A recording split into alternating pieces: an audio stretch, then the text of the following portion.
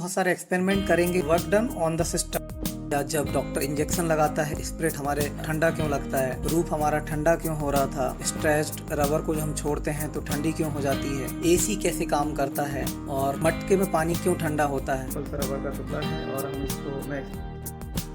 इस negative work done के कारण रबर सडनली ठंडी हो जाती है और एसी का प्रिंसिपल बहुत ही कठिन नहीं है।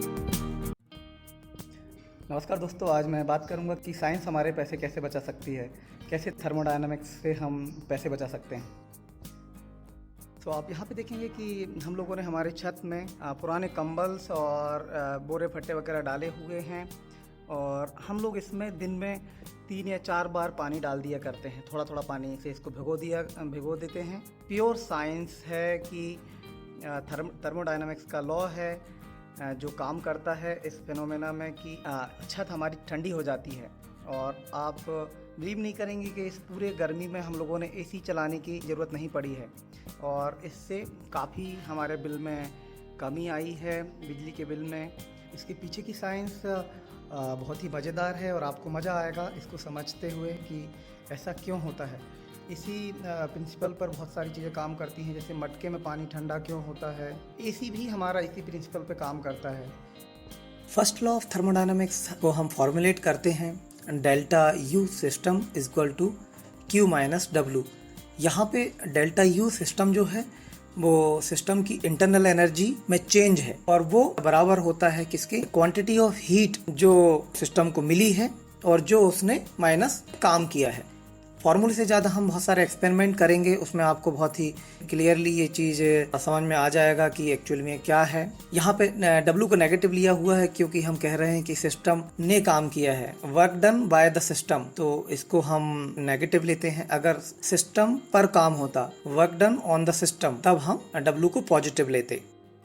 अभी हम ओरिजिनल क्वेश्चन पर आते हैं, ओरिजिनल थॉट पे आते हैं कि हमारे छत में या कहीं पे भी हम पानी डालते हैं, किसी चीज़ को भिगाते हैं, या जब डॉक्टर इंजेक्शन लगाता है, स्पिरिट हमारे हाथ में लगाता है तो हमको ठंडा क्यों लगता है, रूफ हमारा ठंडा क्यों हो रहा था, या साइकिल का बॉल्व जब हम खोल देते हैं और एकदम से उससे हवा निकलती है तो बॉल्व ठंडा क्यों हो जाता है, ट्यूब ठंडा क्यों हो जाता है, स्ट्रेच्ड रबर को जो हम छोड़ते हैं तो ठंडी क्यों हो जाती है, एसी कैसे काम करता है और मटके में पानी क्यों ठंडा होता है। ये सारे क्वेश्चंस के आंसर अभी हम आगे देने वाले हैं। चलिए एक ग्राफिकल मैनर में हम समझते हैं कि इवेपोरेशन क्या है। इवेपोरेशन हम समझाने वाले हैं। जब भी कभी लिक्विड के मॉलिक्यूल्स काइनेटिक एनर्जी पाकर लिक्विड को छोड़कर एटमॉस्फेयर में चले जाते हैं तो इसको हम इवेपोरेशन कहते हैं। इस प्रोसेस में लिक्विड के द्वारा काम होता है, मतलब वर्क डन नेगेटिव होता है, राइट। हमारा सिस्टम काम करता है। आप देखेंगे इस ग्राफिक्स में, इसमें लेयर ऑफ वाटर और रूफ है, 2 चीजें दिखाई हुई हैं, और राइट हैंड साइड वाटर का टेम्परेचर है Q और हीट हम कह सकते हैं, और left hand side system energy U है। तो जब इवेपोरेशन स्टार्ट होता है तो सरफेस से मॉलिक्यूल्स काइनेटिक एनर्जी पाकर एस्केप होने लगते हैं। और ये एनर्जी कहाँ से मिलती है उनको अंदर के लिक्विड से ही इनको एनर्जी मिलती है। अभी इसके पास तो एनर्जी कंजर्वेशन के according limited amount of energy है। तो अभी क्या होगा, जब पानी का डेल U कम होगा तो वर्क डन नेगेटिव होगा, उसका टेम्परेचर जो है वो कम होने लगेगा और इसी कम होने के कारण हम देखेंगे कि रूफ हमारा ठंडा हो जाता है। और यही चीज़ है, यही रीजन है कि इवेपोरेशन से चीज़ें ठंडी होती हैं।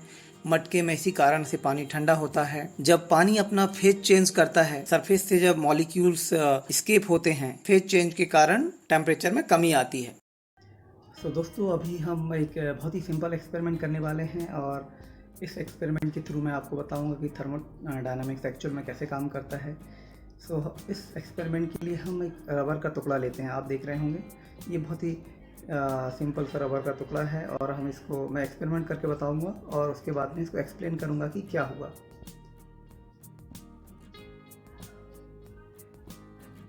ओके, जब मैंने इसको अपने मुंह में रखा और इसको मैंने ज़ोर से खींचा तो हम जानते हैं कि जब हम किसी सिस्टम पर वर्क करते हैं, मैंने इसको खींचा, रबर एक सिस्टम है अभी, तो मैंने इसको खींचा तो वर्क डन पॉजिटिव हुआ। इस पॉजिटिव वर्क डन के कारण इसकी इंटरनल एनर्जी बढ़ गई। ये इंटरनल एनर्जी 2 फॉर्म में हमको दिखी। एक तो मुंह में मेरे एक हीट महसूस हुई, रबर गर्म होती हुई दिखाई दी। और दूसरा, ये पोटेंशियल एनर्जी के रूप में इसमें स्टोर होगी रबर में, राइट। और जब मैंने थोड़ा होल्ड करने के बाद में इसको दोबारा रिलीज़ किया, होल्ड करते टाइम इसका टेम्परेचर मुंह के टेम्परेचर के बराबर हो गया था। अभी जब मैंने इसको रिलीज़ किया सडनली, तो हम देखते हैं कि इसका टेम्परेचर सडन डाउन जाता है, एकदम से नीचे चला जाता है। और ये इसलिए होता है क्योंकि हम जानते हैं कि जब सिस्टम वर्क करता है, जब कोई सिस्टम काम करता है तो उसकी एनर्जी डाउन जाती है, उसकी एनर्जी कम होती है। और ये एनर्जी इसमें टेम्परेचर डाउन होने के फॉर्म में आपको दिखती है। ये एनर्जी कम होने से इसका टेम्परेचर रबर का डाउन हो जाता है।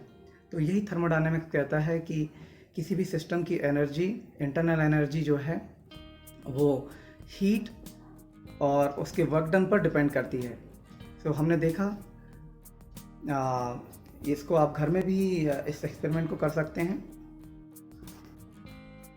तो चलिए जानते हैं कि रबर का एक्सपेरिमेंट जो था वो एसी के वर्किंग से कैसे रिलेट करता है, और क्या ये एग्जैक्टली रिलेट करता है। यस, डेफिनेटली ये एग्जैक्टली रिलेट करता है।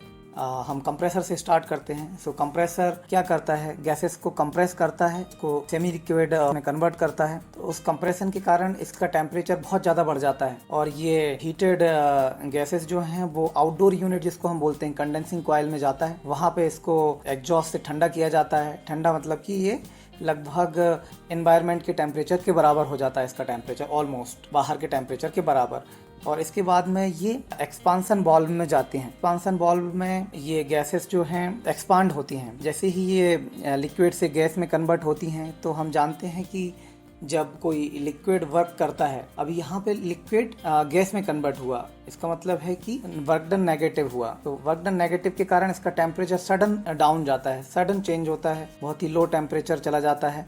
और ये गैसेस जो कोल्डेड गैसेस हैं वो जाके हमारे इवेपोरेटर कॉइल में चली जाती है, ठंडी गैसेस। और इवेपोरेटर कॉइल जो है हमारे घर के अंदर होती है, उससे होके अंदर की जो हमारे कमरे की हवा है वो सर्कुलेट होती है, तो वो ठंडी कॉइल होती है। और जब उससे गैस हवा सर्कुलेट होती है तो पूरा कमरा ठंडा हो जाता है उन गैसेस के कारण, और अगेन वो फिर कंप्रेसर में चली जाती हैं। अब हम देखते हैं कि ये रबर के एक्सपेरिमेंट के साथ में कैसे रिलेट करता है। सो रबर के एक्सपेरिमेंट में हम देखते हैं कि सबसे पहले जब हमने रबर को स्ट्रेच किया था, खींचा था, तो ये उस टाइम पे कंप्रेसर को रिलेट करता है, कंप्रेशन को रिलेट करता है। हालांकि हमने इसको स्ट्रेच किया है, पर इस पे हमने वर्क किया है। कंप्रेसर भी गैसेस पे वर्क करता है, हमने भी रबर पे वर्क किया है, तो इसका टेम्परेचर बढ़ा। देन हमने अगले पार्ट में उसको होल्ड करके रखा मुंह में, तो वो कंडेंसिंग कॉइल का काम कर रहा था। वहाँ पे रबर का टेम्परेचर जो हाई हो गया था वो अभी हमारे मुंह के टेम्परेचर के बराबर हो जाता है। देन अगले पार्ट में एक्सपांसन वाल्व रिलेट करता है, जब हम रबर को एकदम से रिलीज करते हैं। जब हम रबर को एकदम से रिलीज करते हैं तो वहाँ पे रबर जो है काम करता है। रबर में पोटेंशियल एनर्जी होती है स्ट्रेच करने के बाद में, और जब हम उसको रिलीज करते हैं तो रबर रिलीज होने के टाइम पे काम करती है। तो इस नेगेटिव वर्क डन के कारण रबर सडनली ठंडी हो जाती है। और फोर्थ पार्ट में जो हमने दिखाया है कि हमको ठंडक महसूस होती है, हमको सडन रबर का ठंडा होना महसूस होता है। सो यही चीज़ें हैं जो सेम टू सेम एसी से रिलेट करती हैं, और एसी का प्रिंसिपल बहुत ही कठिन नहीं है। ये रबर का एक्सपेरिमेंट परफेक्टली इसको बताता है।